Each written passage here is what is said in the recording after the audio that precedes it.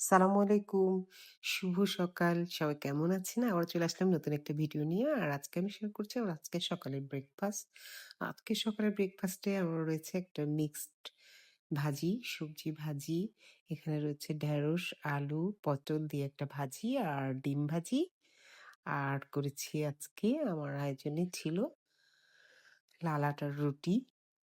এই ছিল আমার আজকের সকালের ব্রেকফাস্ট। অনেকদিন পর লাল আটা নিয়ে এসেছি। আর লাল আটাটা আসলে আ অনেকদিন ধরেই আমার খেতে ইচ্ছা করছিল। আমার তো আসলে সাদা রুটিটাই বেশি পছন্দ। লাল আটার রুটিটাও আসলে ফ্রেশ লাল আটা পাওয়া গেলে লাল আটার রুটিটাও আসলে অসম্ভব মজাদারই হয় ভিউয়ার্স।